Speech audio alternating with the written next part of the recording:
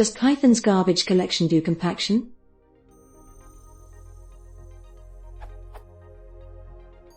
I was talking with a friend, comparing languages, and he mentioned that Java's automated memory management is superior to Python's as Java's does compaction, while Python's does not, and hence for long-running servers, Python is a poor choice. Without getting into which is better or worse, is his claim true? Does Python's garbage collector not compact memory and, thus, long-running Python processes get more and more fragmented over time? I know that running Python's garbage collector is optional. Mostly it uses automated reference counting for automated memory management, and as soon as a reference count hits 0, the object is freed. Thus the only thing that Python's garbage collector is needed for, in terms of freeing objects, is to detect cycles which no object in the root set has a reference to. But I don't know the details of whether it does any compaction in addition to that.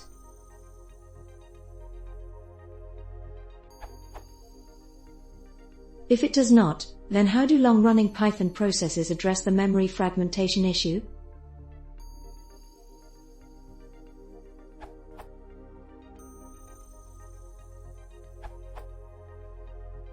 I don't know for sure, but Python uses reference counting and its objects use memory addresses as id, so I would say it does not do compaction.